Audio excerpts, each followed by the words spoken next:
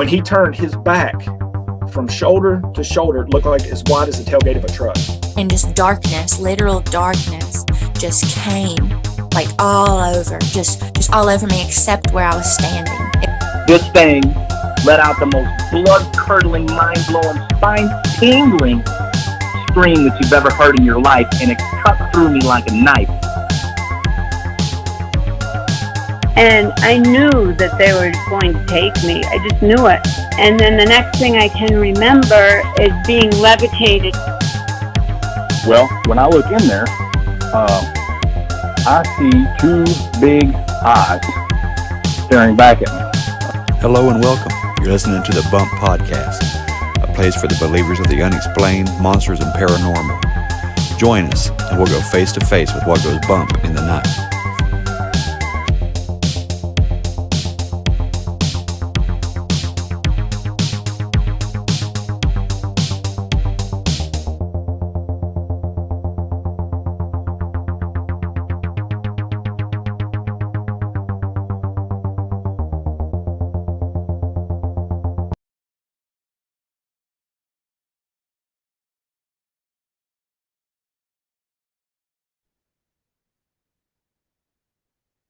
Hey there, believers. We got another good episode for you today. This week, we're bringing on Timsmoon. He's an author of the popular book Tomato Fields. It is on Amazon. I have not been able to buy this book yet. Actually, things just got, time kind of got away from me. I didn't get a chance to. But I've read the reviews of this book on Amazon, and it looks like it is widely loved. So please go check that book out. We'll bring Tim on. I believe he's got a buddy coming on today named Joe. I'm not sure if Joe's going to be able to make it or not, but we sent the invitation out anyway. So hopefully, the three of us will see it here and have a conversation about the contents of the book a little bit. I don't want to give anything away.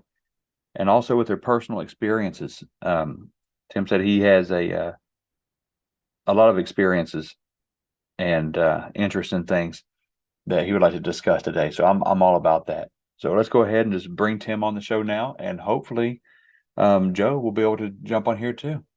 While we wait for him, let me remind everybody again, let's take full advantage of the Bump phone. That number is 304-812-0553. I didn't even have to look up at my notes this time. Or you can if you have something that you want to send in, if you have books you want me to review, if you have art you want me to display or whatever else like that, you can just send it to me through our personal mailing address at the Bump Podcast at P.O. Box 1453, Chapmanville, West Virginia, 25508. So there's a couple more ways to reach me if you want to be on the show. Always just email me at thebumppodcast@gmail.com. Check out past episodes anywhere you listen to podcasts. You can go to the website, thebumppodcast.com. Let's see, what else? All social media. I'm wide open for that too. Holler at me on there. I check Instagram as much as possible. I'll try to catch you if you send me a message on there. I try to reply or schedule you from there. But the best way is going to be the email. Okay. I hope everybody's enjoying these last few episodes. I've had a blast doing them. Things are just growing and taking off. It's just been a blessing. We're creeping up on our 3-year anniversary for the show. So let's just I'm trying to figure out what to do for it. I'm not even sure yet. All right, well, let's go ahead and get them on. All right, God bless. All right, Tim, did you get the I'm seeing, yeah, I did hear that. And I'm seeing a label of some kind. All right. Well, thank you for coming on the show. I'm very honored to have you on here. I know it took us a little while to schedule it, but here we are. No problem. Everybody has a schedule. That's right. Now, you're the author of a book called The Tomato Fields, right? That's correct. I would love to hear what the inspiration was for this book, and I don't want too many details because I want people to go buy it. But if you could just give us like just a little teaser about what the book's about. Well, I have a couple of things that inspired me. First of all, I've been interested in the subject of cryptids, and specifically the Bigfoot, for since I was a kid, since I watched the creature from Bogey Creek. Oh yeah. And that was just I just thought that was the best movie when I was a kid.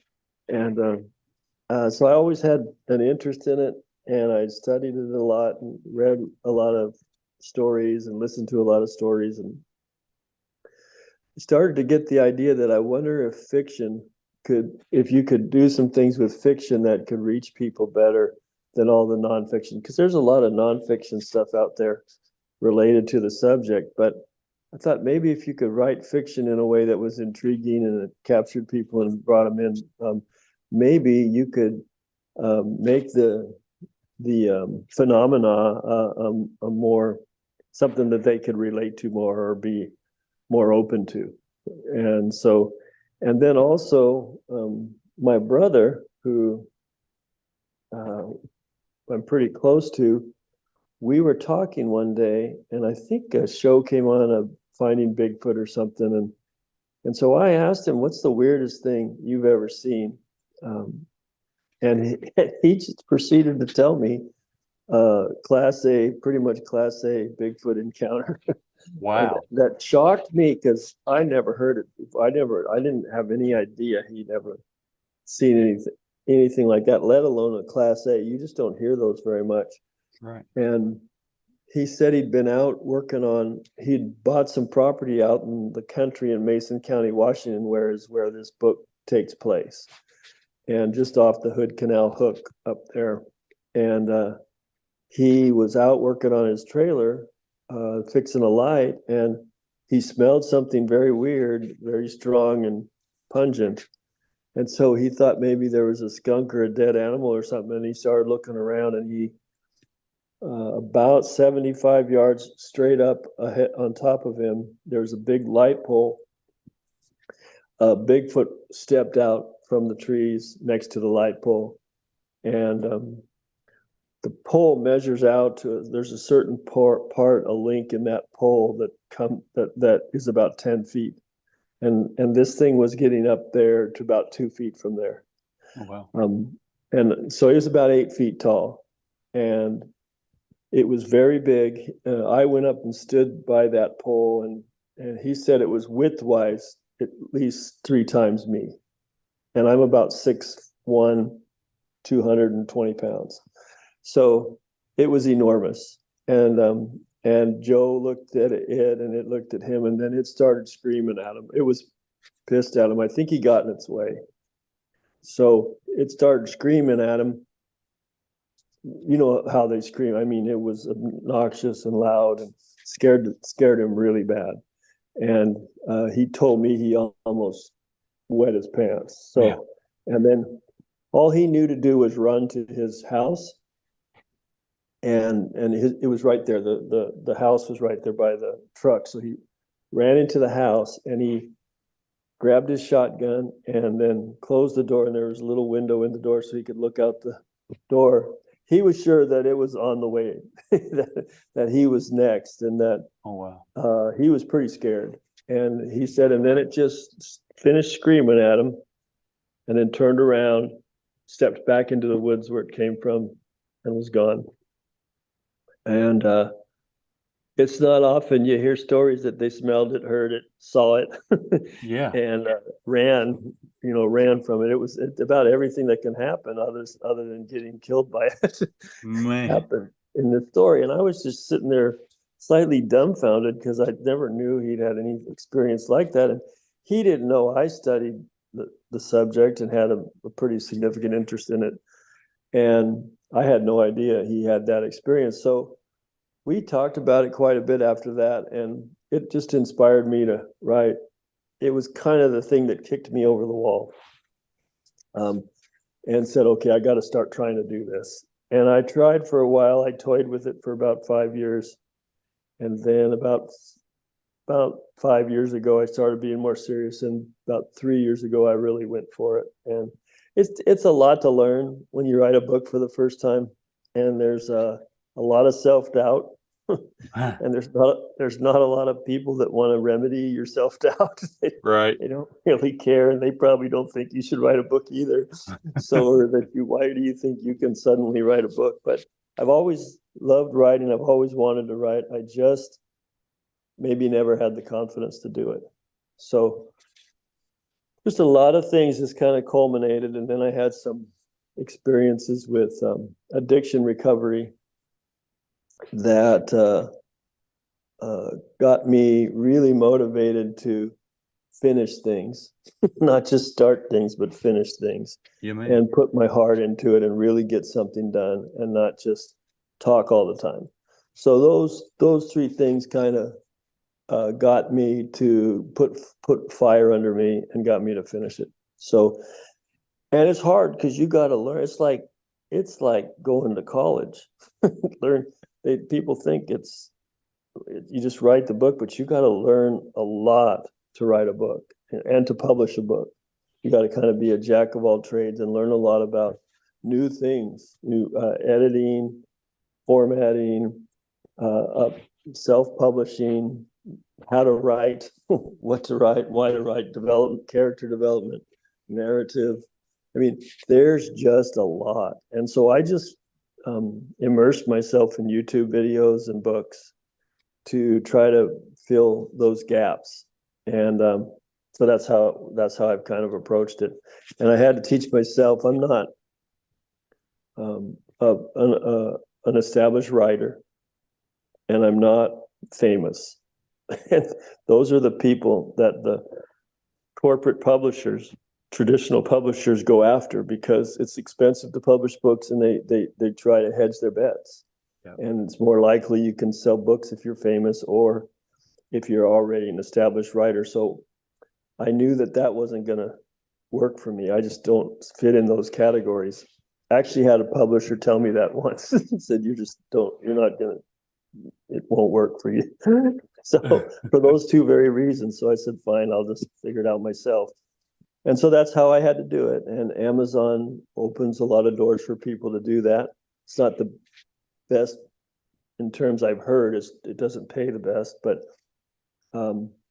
it still makes it relatively simple for you to publish a book. So that's how it's all worked out, and it's getting some good reviews. So I'm excited about that.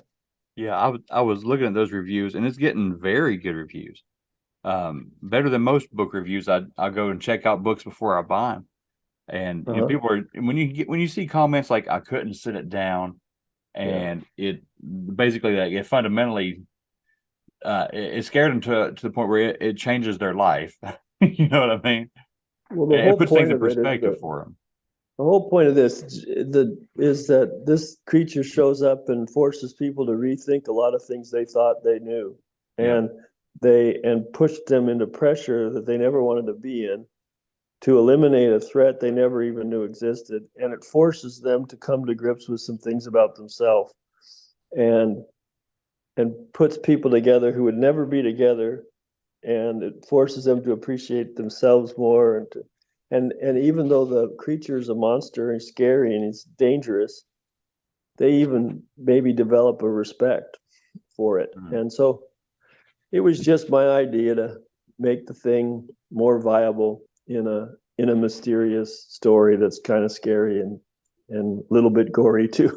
But it sounds like it checks all the boxes, man. It sounds I hope you good. like it. And it's fun because there's a Native American character who's a tracker and a established hunter, and he kind of adds the Native American touch to the whole idea of spirituality and the creature, and that is good too, watching the interaction between him and the sheriff, and the sheriff trying to eliminate this problem, and the way they kind of work on each other. So it's fun.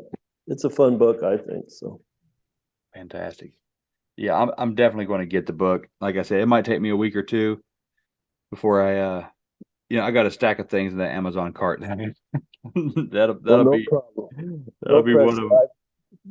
Now, where what canal did you say this took place in? Like This your is Hood Canal, Washington, Hook Canal? outside of Bremerton. It's just in the Seattle area in the Cascades, Okay.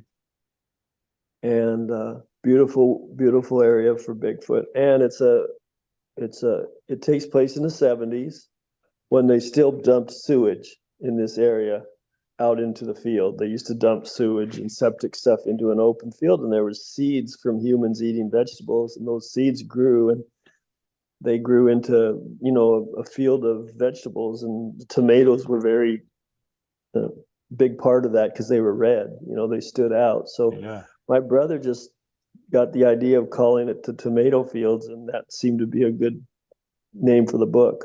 And Wow. it's pretty clear that animals fed there, and it turns out that this animal is feeding there too. And Joe says he thinks that one that he saw was coming from that general direction. And during the summer, it would have just been full of vegetables to eat. So that's kind of how the whole thing starts. Wonderful.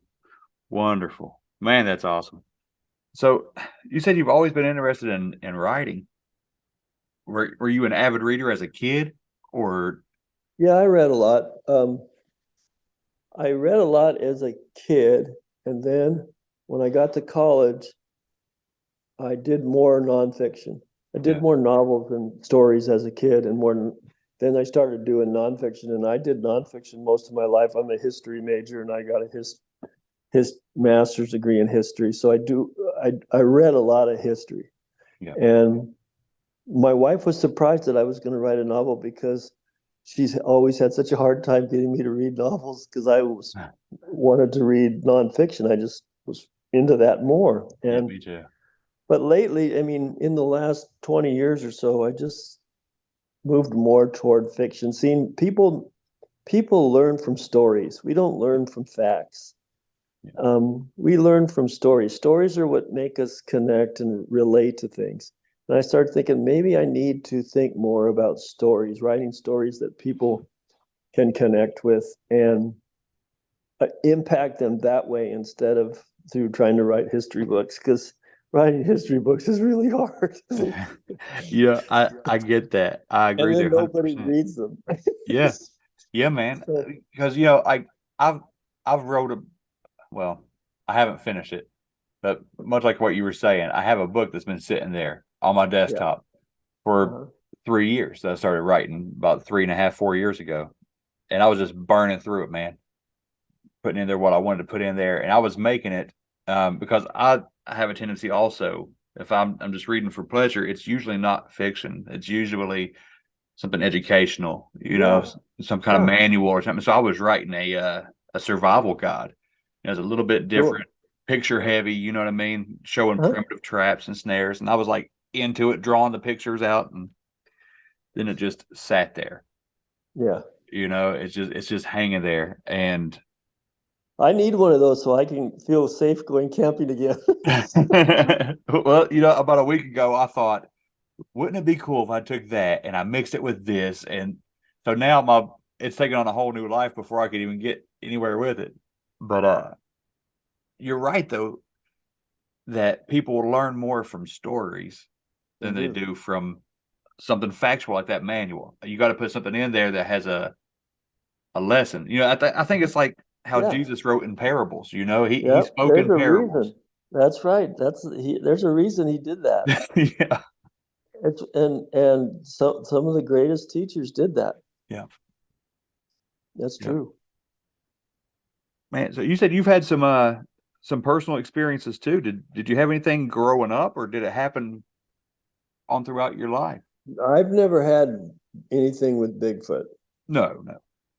There's been times I've been in the woods and it's been a little nerve-wracking, but I can't tell whether there was anything there. I was just afraid. But I had a gun, so I wasn't that afraid, but still. But I've never seen one or heard one or felt I was close to one at all. But I've always been very interested in them. I've had some UFO experiences. I've had some minor poltergeist type experiences, and believe it or not, some demon experiences that, but I don't know which of those you're interested in discussing. So, Well, is all of the above an option, Tim? yeah, it is. Okay. Yeah, I'm happy to. I would love to hear about these personal experiences, in whatever order or whatever you want to start with, man. I'm here for it. Well, I'll start with the lighter and move to the heavier, if that's all right with you. Yeah, it's fine. The lighter is really, when we were kids, we lived in a house that we think had a ghost that was a child.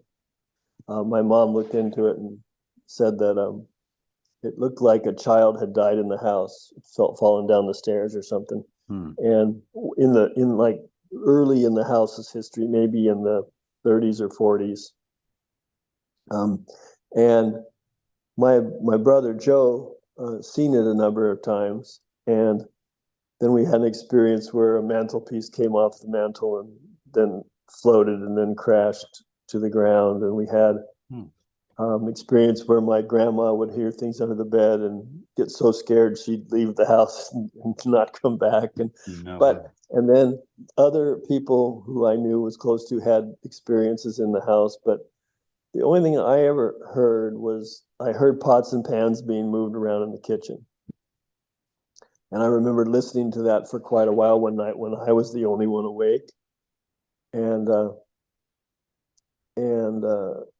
I listened for a while, and then I just went to bed and went to sleep. And I think it was because it's so casual for us. We knew who it was. We just got used to knowing that it was there in the house with us. And it was kind of like part of the family. Yeah. My mom used to regularly blame Joe, my brother, for he was only 5 at the time, and blame him for getting pots and pans out of the kitchen and leaving them on the floor. And she was really frustrated. She started noticing all these things before we did. And then we finally realized that there was something that was in the house that was playing with pots and pans and making noises. And Joe watched him walk in the bathroom once and following my dad to the bathroom. And he ran into the bathroom after him because he was very curious and frustrated that some little boy was following my dad. And then he gets in the bathroom and there's nobody there. And so those kind of things happened when we were young, but they were a little scary at first, but then they became commonplace, and it was never malevolent. Right. It wasn't friendly and necessarily that we could tell, but it wasn't angry or mean, so we just accepted it as a kind of part of the house, and didn't worry about it too much. So, but that was interesting. That made an impression on us when we were pretty young. Yeah, I would say so. It would definitely open you up, open your mind to be more receptive to outside information that most people can deny because they haven't experienced it. It helps ground you out, man. Yeah, I'm receptive to that stuff. I know there was probably a time in my life when I thought anything that wasn't in the Bible was demonic, right? Yeah. Demonic, okay, and not very long. Because I don't think that's true. And I think there's a lot in the Bible that we don't read because we're so taught how to look at it in just a certain way. But I think that there's something about, I study a lot of quantum physics and a lot of spirituality and a lot of, different, there's dimensions of reality. And I just think there's so much, and the fact that there's trillions of planets and billions of stars in billions of galaxies, of which we're just a little one, and that there is so much more out there, and creation is so much bigger than we can even hardly imagine. Even our greatest scientists are having trouble with it. That the thought that this is all there is, and that there isn't all kinds of other things that we just either don't know about, or yet or don't want to know about or having hidden from us. I mean, I'm pretty sure a lot of it's being hidden from us. Yeah. So anyway, but I think there's a lot more to life than people want to admit. And I like that. For me, that mystery makes life interesting. And without mystery, I think life gets pretty boring. And I don't think we were made to not have mystery in us. It's part of our nature. So, Yes. and Yeah, that's what I like about the Bigfoot thing, because it's just a mystery and nobody can figure it out. it really is. And it's an interesting mystery, and it's a scary mystery, and it's a fascinating mystery. And I think that other things are like that too. Yeah. I've also had a couple of, or one pretty UFO experience that was wild. And Yeah, man. I'd love to hear that too. I've had two of them, but one of them I was driving the car, so I didn't get to see it as much. But I saw one when I went to a concert. After the concert, my friends and I were walking to the car, and one of us noticed, and I don't know who it was who noticed, but they noticed an object in the sky that was probably pretty high in the sky, and it was a triangle. And this was 30 years ago, so it was before all the news came out on triangles. Right. And there was no, it wasn't lit up. It was only lit to the degree that it was lighter shade of darkness than the sky. Mm. It was like a dark gray, and the sky was black.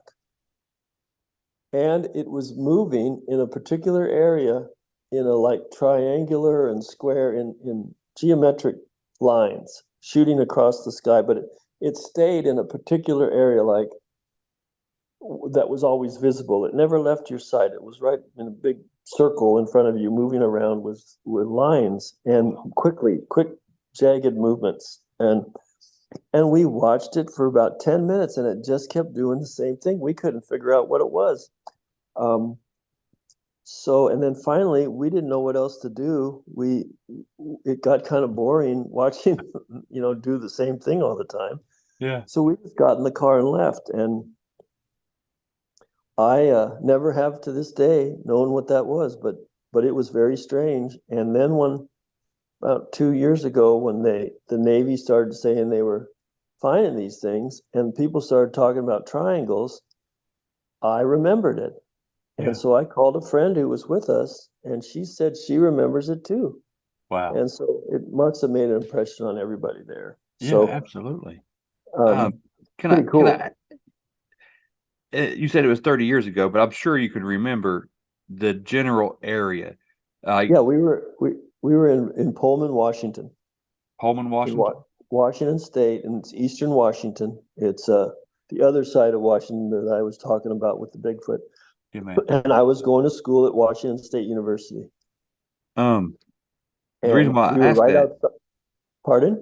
Oh yeah, I was going to say the only reason why I was asking like where it was at was are there any military installations nearby, or maybe I don't know if we would be privy to that information, but like nuclear silos, because there's a lot of talk about UFOs that do this kind of activity over nuke bases and stuff. Well, there's a McCord Air Force Base in Spokane, but that's 75 miles from there as the crow flies. Okay. From where we were, so it could have easily been that. Yeah. But that's the only thing I can think of. I don't think there's anything in Idaho. Well, there's a Mountain Home Air Force Base in Idaho. Oh, maybe it was that. I didn't know that. But where is that at? It's going to sound redundant, but Mountain Home out. It's like I think it's like it's close to Boise, I think, but not super close. Maybe like an hour from Boise. We're about the same. We were the same distance, maybe a little further from Boise as we were from Spokane, but maybe a little closer to Spokane. Okay. So yeah, maybe it was some kind of surveillance. I don't know what's up with those triangles. I don't either. It's wild. They've gotten to where they call them like a TR3B or something like that. Like they're trying to put an identifier on them. Oh, really? I didn't know that. Yeah, but that's a classic image. I don't know if you can see the one on my wall here. Yeah, that's exactly what I saw, except there was no blue sky. It was pure black sky. Wow. And the thing was gray, but there was no lights. And the ones I've seen on TV have some kind of lit up in some way. Yeah. This didn't. I doubt it even knew anybody was watching it, because it probably thought it was, unseeable. Yeah. But somehow we saw it. So That's wild. it's That's pretty exciting cool. though. Uh-huh. And my brother had one when he was working again in Western Washington, about the same place where he saw that Bigfoot. He had one. They were finishing work one day and having a beer and getting relaxing a little bit, and one flew right over, straight up from the water, up them. They were going. It would have been going up a hill and then shot up in the air. But the thing that was weird is it rained salt water on them. Wow. Because it had come out of the canal, and some seaweed went all over their car, fell on them, went over the house, and they all stared at each other and just were in shock. What was that? That's incredible. But that's right down there by the I think the Navy base. Yeah. And it only happened once. He never saw it again. But it's just funny how those things happen, and then they never happen again, or it goes 20 years before you have any other experience. But they're so vivid and real at that moment that they happen. And that's fascinating, because you hear stories and accounts, and it's usually by naval personnel of these things entering the water. They'll hit it at a 45-degree angle and not even slow down, or they'll come out. They'll just have the water, like the lights swirling under the surface of the water, and then they'll shoot out of there. So I think they're anti-gravity. Oh yeah, I do too. And if you're anti-gravity, then even water, when tidal waves hit underwater, do you know how fast they go? 500 miles an hour. Oh wow. Now, you wouldn't think underwater something could go 500 miles an hour, but they can go as high as 500 miles an hour. They can go all the way from one side of the Pacific all the way to another side of the Pacific. So it's really, you can move really fast underwater. All right. People don't think that's true. But those things probably have anti-gravity, so they go wherever they want, and they just don't have the same kind of limits that we have. Right. Yeah. And I'd really like to know what they do, because I would love to go to space someday, but I don't want to spend 3 years flying to Mars. That just no a waste of 3 years.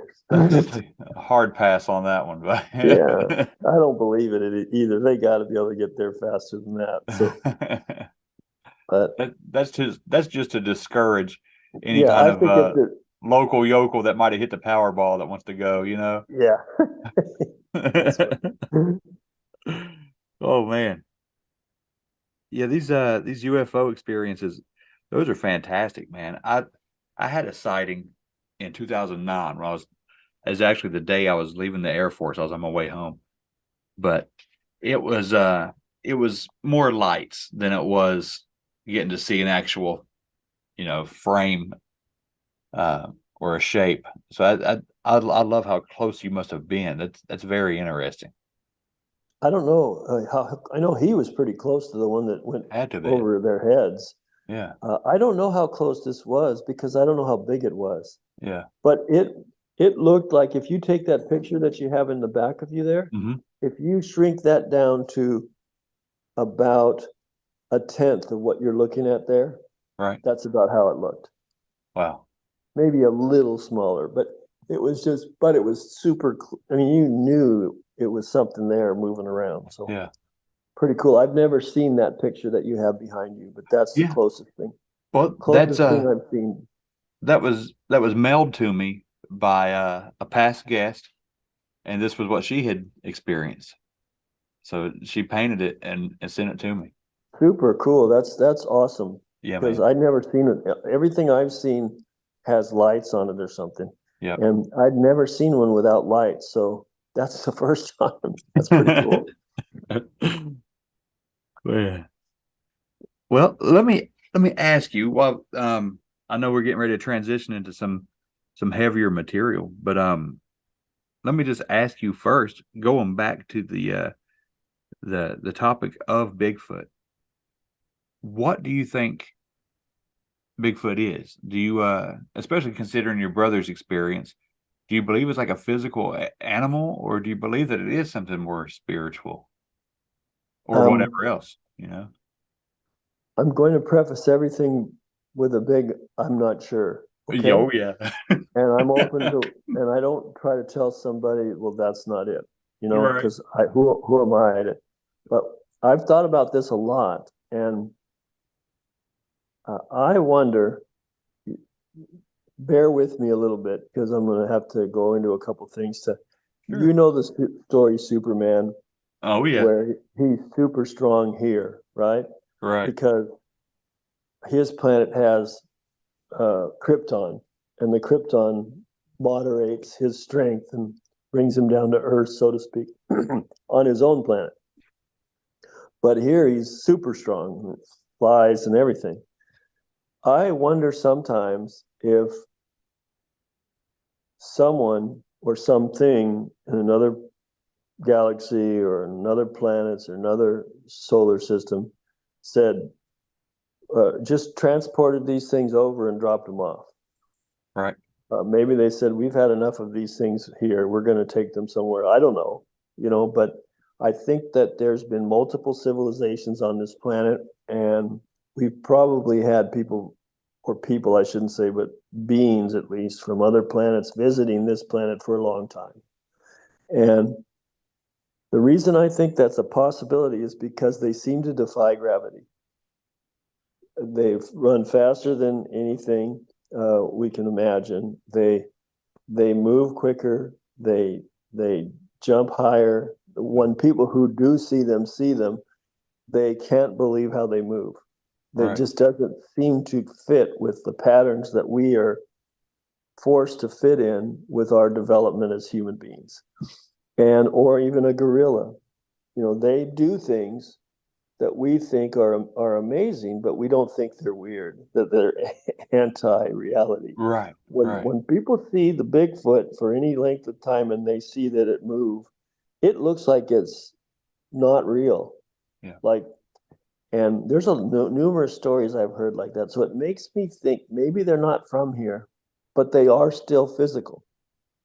Okay. They are still a real creature. And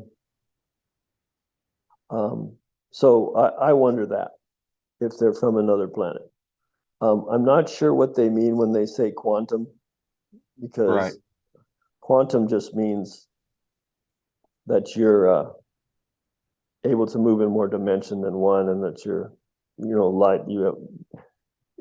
There's a lot that goes into understanding the measurement principle and how measuring reality makes reality form into a certain patterns, and there could be some quantum abilities that something has that we don't. Just because we don't have it doesn't mean that it's not possible. That's true. Which might also be part of coming from a different planet. So that's what I tend to think, that they're not from here, but they've adapted to here, and that's why they can hide so easily from people, and it doesn't benefit them, I think, to not hide. That makes sense. You could be right. No, like you said, nobody knows. But who knows? Yeah. That's I'm just guessing. Yeah. Based on, I've thought a lot about this, and I've heard of thousands of stories. So but I don't know. It's just a lot of fun to speculate. You know what I mean? Yeah. And I'd like to see one too, but I'm not sure. I kind of would, but I wouldn't, if that makes sense. Right. Because you wouldn't have too much, your likelihood of you having too much control over the situation when you're seeing one is not great. Yeah, I think it would be very humbling for any. It would be very humbling and possibly very dangerous. Some people would say definitely very dangerous, but I think it depends on a lot of different circumstances. But yes, half of me kind of wants to see one, and the other half doesn't. Yeah, But I think I've heard some like roadside sightings. Like Yeah. you're driving down the road and you spot one, going over the guardrail or something. That would be good enough for me. Yeah, that would be cool. I think I would love that. Yeah, that would be No a one good. would believe me. I'd be frustrated by that, but Oh yeah, especially now that you wrote a book. they don't believe me anyway. So Same here, man. I started this show because I'm into all this stuff, and I wanted to uh-huh. talk about it, but that would, having a show like this ends any credibility of a personal story if it happens down the road. You know what I mean? They're like, oh yeah, Yeah. this is for publicity. Yeah. There's always some reason for someone to discount you though. Oh yeah. I've got to the point where if I'm curious whether someone might have an interest in this, I'll ask them a question like, what's the strangest, kind of what I asked my brother. I just asked them, what's the strangest thing? And if they say, no, nothing really, then I drop it because I Yep. don't want to throw pearls before swine, if that makes sense. And Makes perfect sense. people they discount it automatically. Yeah. And everything you do from that point looks to them like you're struggling to prove something that you can't prove. Right. Why waste your second of your time on that when I know what I think based on a lot of study and a lot of looking into it, and I don't care what anybody thinks if they agree with that or not. I honestly don't care anymore. And so Yeah, I'm with you, man. I've heard too many things. I've experienced enough stuff that I'm not concerned about trying to convince somebody else of something. Nope. You're right. No, I'm not. So, but, then the other thing with the demon stuff, Oh yeah. I had one experience that was pretty eye-opening, and then I've had other experiences where I thought they weren't real. So I've seen where someone pretended they were possessed, Oh wow. and I watched them for a while, and I saw everyone trying to cast out the demon, and I looked, and I thought this isn't real because the person is just wanting attention. Wow. And kept saying thing about famous people who were famous ministers and stuff, and nothing really happened. It went on for about an hour, and everybody trying another way to cast out a demon, and nothing really worked. And I finally felt that it wasn't real, that the girl was just trying to get attention. Yeah. And so I just went on. I think we left. It was a church or something. We left, but I think sometimes that often happens. People are just attention starved and they need to make something up to. But the other one surprised me a lot more because I wasn't expecting it, and it came out of nowhere. And it was my brother, Oh wow.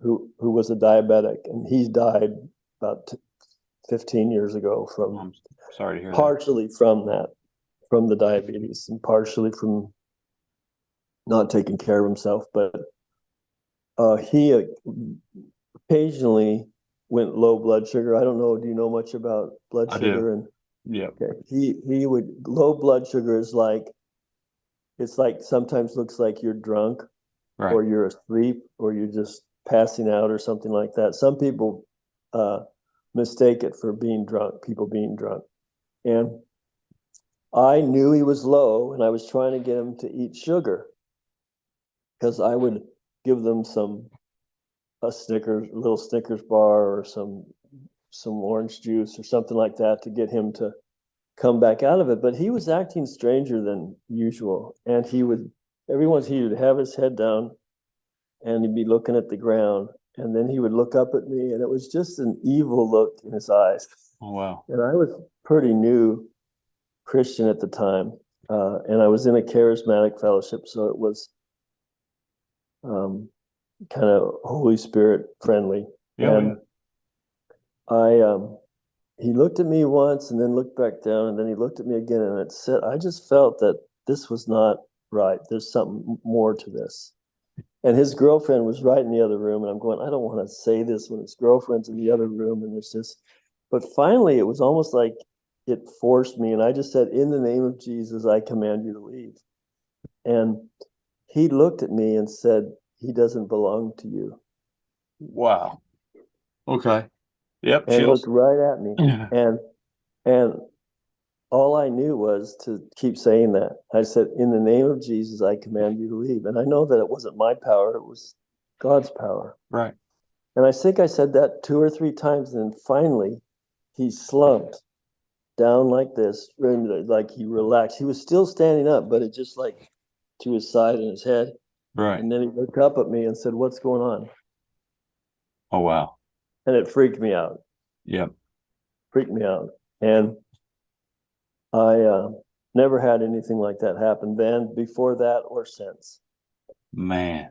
And that seemed to me to be the most real ever. But it never happened again with him. Right. And I did tell him that it happened and explained to him that something needs to be, he's doing something that's attracting this to him in some way. And I don't think he listened to me very much. But I don't know, it's in God's hands. So, but it was very eye-opening. And I know that demons are real, and I know that evil is real. Amen. I've come to different ways of looking at them because of spiritual experiences I've had. I don't look at them as this thing to be scared of. Okay. Exactly. And I don't go looking for them either, because I think that's stupid. Yeah. But I don't deny the existence of evil. But I think it's basically it's an absence of good. Yeah. The only good theory for evil is done by Augustine, and it's the absence of good. Yeah. Because otherwise God made evil and God didn't make evil. Right. But evil is what you get when you're on your own and you don't want to hear, about God and your connection and his importance in making all of us real and divine and having a connection to him. That's where it's all at. And if we deny that connection and go off on our own to pursue our own things and try to get satisfaction through our manipulation and control of the things in this world around us, we're going to be empty. Amen. Amen. And evil is emptiness. It's ultimate emptiness. And I think that if we just acknowledge that we are created in his image and that we are only meant to be connected to him, that if we're not connected to him, we can't be happy. I agree 100%. We won't be happy. We're going to be all doing our own thing. No, I've got this. Don't bother me with this. I've got this figured out. Well, you don't have it figured out. Right. That's that's why I think you see so many celebrities and stuff that seem like they should have it all. The world is their oyster, and they're clinically depressed, because they're out here searching and they're looking and they're empty inside because they don't have that love of Christ, man. I think you're absolutely right on that. And the reality of spiritual warfare, what you were doing as a young Christian, I think that's a very scary way to be introduced to spiritual warfare, especially with a brother. Yeah, it was definitely wild. Yeah, man. So, because his girlfriend didn't last long. I would imagine she was out of there. I would imagine not. Because there's a lot of times where we want to pray for family members and stuff, but like that demon basically told you when he said he's not yours. If that person is welcoming them in, you can make them leave, but they can come back. What you got to also know is they lie all the time. Of course, if they say something, it's a lie. Right. Yep. They have 3 weapons. They in my experience so far. I mean, I might in another 10 years, I might find out that they have a whole arsenal of weapons. But from where I see it right now, they have knowledge. They're ancient, they're old, they know tricks, they have deception. That everything they do is a lie, and they have fear. They know how to make you afraid. They don't even really they know a little bit, but they don't know that much. Yeah. If they knew that much, why when they saw Jesus, they would run to him and say, "Don't cast us out right now." Well, if they were that smart, they would have gone the other way, right? You would think. I think they knew that they couldn't. The I think jig's they're up. just so irrational. They're constantly irrational because reason comes from God. So if Amen. you're distant from God, you have to be irrational. There you go. And I think they're very irrational. And so they might be being deceptive because they don't know rationality. They don't know what's real. So anyway, that's probably going too deep. No, it's not. Actually, I'm writing that down because I hadn't considered that before, and that's really good. That's good meat to chew on. That the irrationality of demonic forces. You see that a lot. You see that a If you're lot. separate from God, you're separate from reason and peace Yeah. and hope, love, goodness. I mean, you must be miserable. They must be just completely miserable. Yeah. Wow. All the time. Yeah. So anyway, but that's true. That's true. So let me ask you this too. We talked about what you think the origin of a Sasquatch or Bigfoot would be. Obviously you're a Christian. So let me ask you, the origin of demons is a hot topic in the Christian community. There's a little dispute among some. Some say that the Bible's not clear about what demons are, so they're not sure. They just know they're unclean spirits. Other people look into the extra canonical texts, like the Book of Enoch, where it explains explicitly what demons are and their origin. Where do you land on that, Tim? Like, what do you mean? What's the Enoch say? Because I'm not an expert on that. well, it's First Enoch 10. It says that these demonic spirits are the disembodied spirit of the Nephilim. When the flood came and it killed them out, and when Moses and the Israelites are going through there and they're wiping out these giant clans, these giant nations, that these, once their body is dead, the spirit cannot ascend to the heavenly realm because they're not of God. But they could not go, I guess, to Sheol because they weren't human spirits. They couldn't go in a place to rest. So they were made to wander around the earth until the final judgment. And so all they want is to possess a body, to cause destruction, to finish out the original, the Watcher's game of, sullying, like dirtying up the bloodlines. So they're out here doing that work, trying to continue what the whole Nephilim agenda was. And that pretty much brings us, there's a lot of different people that have that mindset, the supernatural worldview. But yeah, that demons are the disembodied spirits of these Nephilim beings. Well, here's what I kind of think on that. Again, it's earth-centric. Mm-hmm. Yes, it's earth-centric. And I think that angels and demons are angelic creations of God, and they're not earth-centric. Right. Okay. And the demons, I think, are just angels that fell because they just said, forget it, we got this, and moved on without. And so they are empty, void of God. And so they're, I would just say they're the angels without God. Right. Okay. So that's kind of how I probably would look at them. And I mean, the Nephilim thing is interesting to me. A lot of people think that Bigfoot is a Nephilim, and I'm not sure that's the case either. Right. I honestly, though, just don't know enough that I could explain it or have a really strong theory. Yeah. But that's how I would tend to look at it, probably. That's a very good way to look at it too.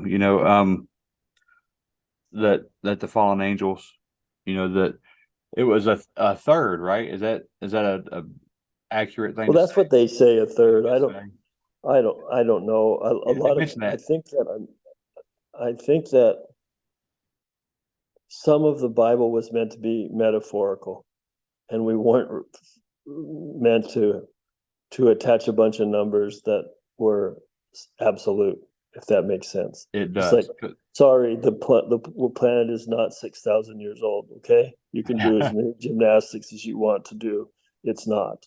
Okay, it's probably 3.5 billion years old, and then the universe that it's in is 14 billion years old. Okay, so I hope I'm not offending you. Oh no, not at all. Not at Okay, all. but and I'm not saying, and that just makes God bigger in my eyes, not smaller. Right. Yeah. Yeah.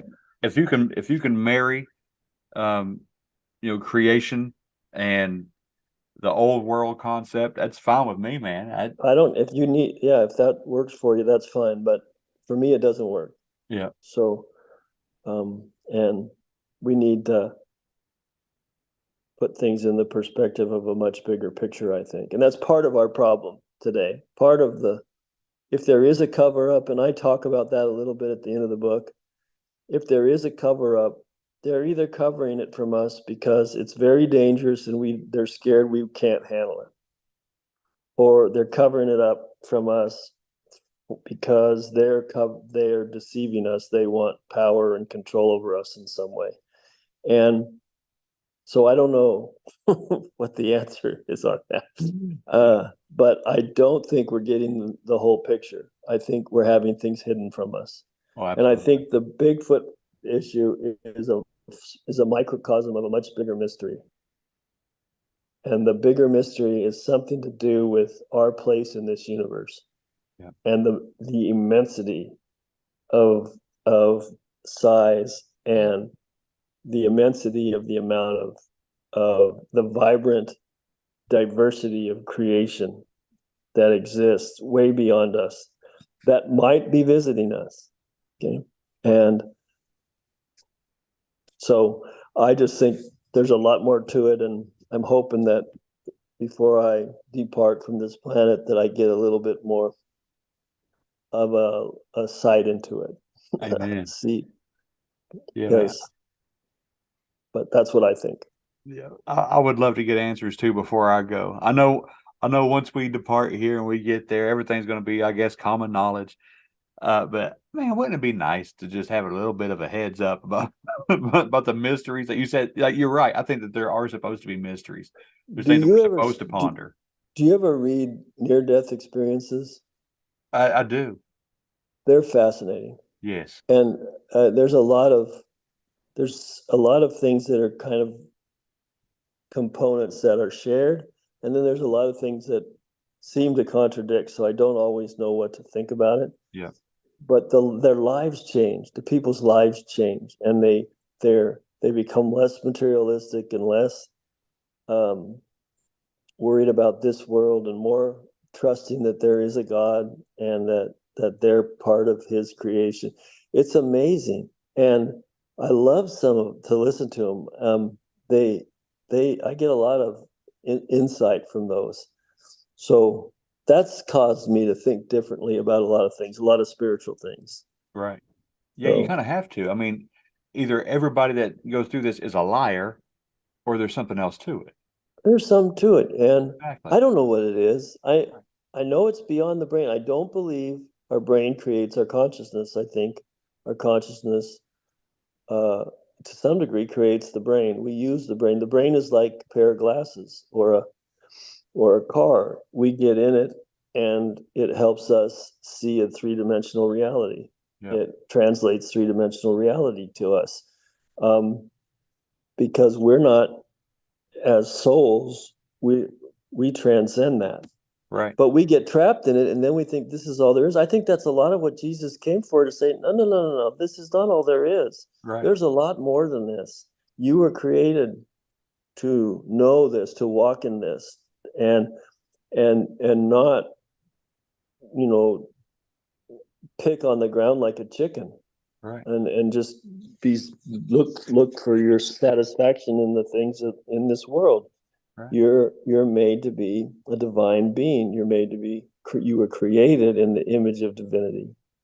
Amen. You're held together by divinity, and we should be living magical lives. We really should. It should be a We pretty should be. enchanting life. Every day is a miracle. Every day things can happen that you just go, wow, I can't believe that happened. Right. And so there's a lot of opportunity to really experience life. And we can only do it. I mean, with self-awareness. The animals don't really have the self-awareness. But we can have self-awareness. And then we restrict it to this little self in this little body on this little planet, this little solar system. Get as much as we can until we die. That's such a limited way of seeing ourselves. And I think he came here to say, look, wake up. Well, how many examples did he give us of faith over physics? If there's no other way to say it, walking on water, the withering of the fig tree, saying you can move mountains. And I don't think that was a metaphor. I think he meant it. I don't either. I mean, I think he was probably talking about more than one kind of mountain, but the fact is we're not limited the way we think we're limited. We can do things. Now, I'm not saying I do it all the time, or maybe I've ever done it. I might never do it, but I think that there's a possibility that we could do it. I think we might be able to walk through a wall. I know people think I'm crazy, but maybe we just don't understand the physics. Maybe we don't understand what our brain is capable of, or our consciousness is capable of, and we don't learn how to apply it. A perfect example of something miraculous that you were capable of. You told it in a 60-second story, but Tim, you were the living vessel for the Lord to work through you to cast out a fallen angel or Nephilim spirit, however you want to view it, to cast out a demon from another living person's body. That is a miracle. There's nothing short of that, of miraculous. I do things at work. I'm a teacher, right, an administrator, in the process where I make a difference in people's lives. And I feel at the time that something's working through me. Amen. That I'm just not doing that. And I feel when I was writing the book, there's sometimes when you just push through and you don't feel anything, but there are times when you feel like something's writing it for you. Yep. Or through you, if that makes sense. It does. And that is a privilege of humanity, that we can experience that, what I think is divinity working through us. And we should be so thankful for that. Amen. We shouldn't want to avoid that. I know a lot of people just don't want to please. I don't have time. Right. Okay, I've got important things to do. You do? Can you please explain why that's important, more important than this?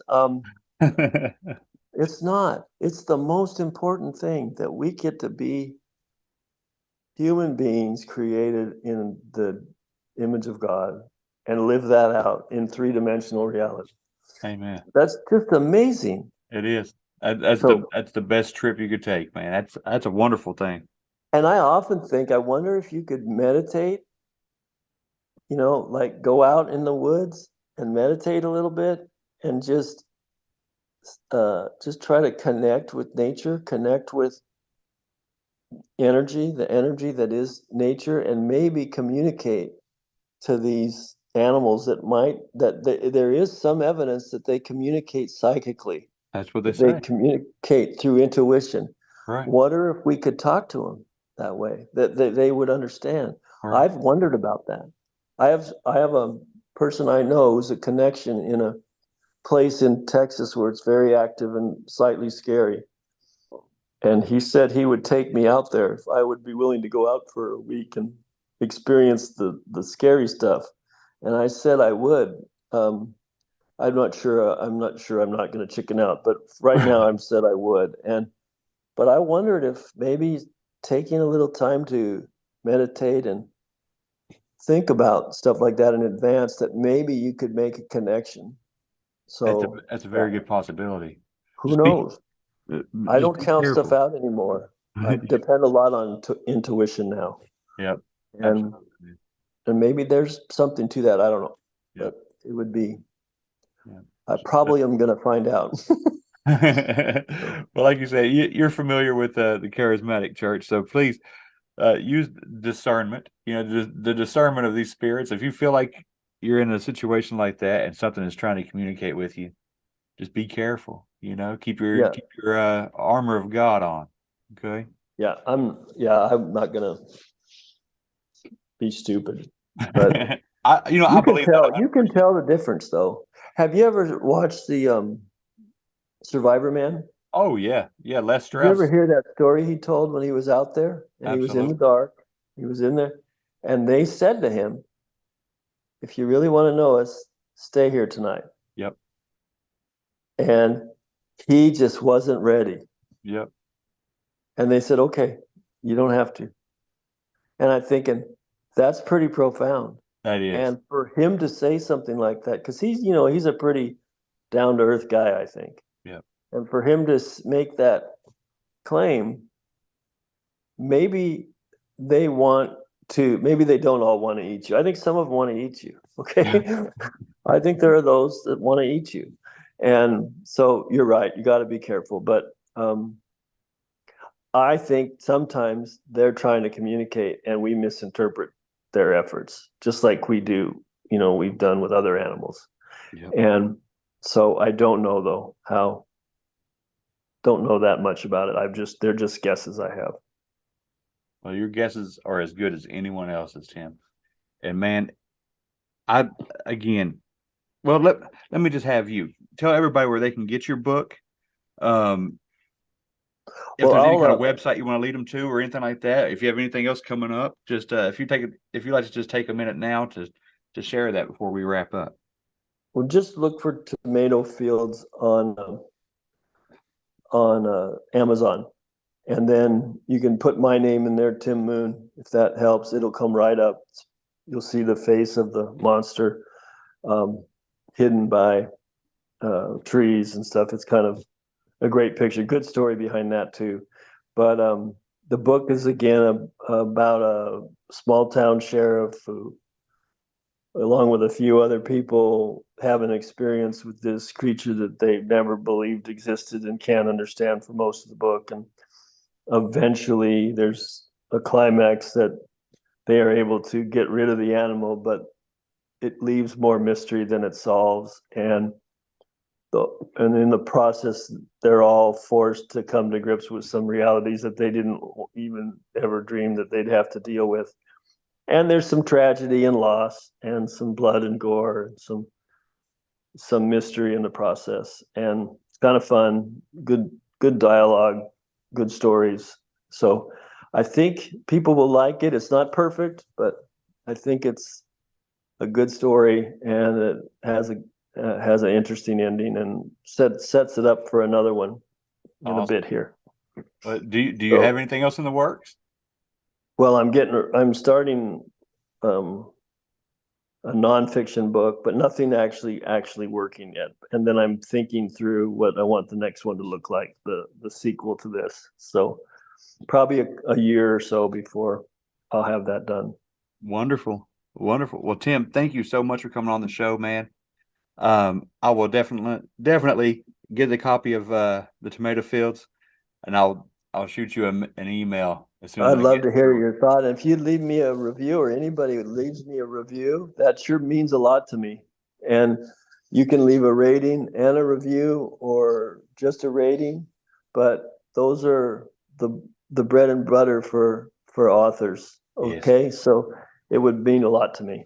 Yeah, that amen. anybody would like to do that. And I'll make sure you have any information you want to put on the show notes. I'll drop you a message with all those details. Yes. Anything you want me to add in the show notes, send it to me and I'll do that. If not, I'll still put a link to your book in Amazon in the show notes as well. Okay. That sounds great. All right. Well, Tim, thank you again for coming on the show, man. Hey, it was Good great night. to talk to you. Thank Okay, you. I will. You too. All right. God bless. God bless.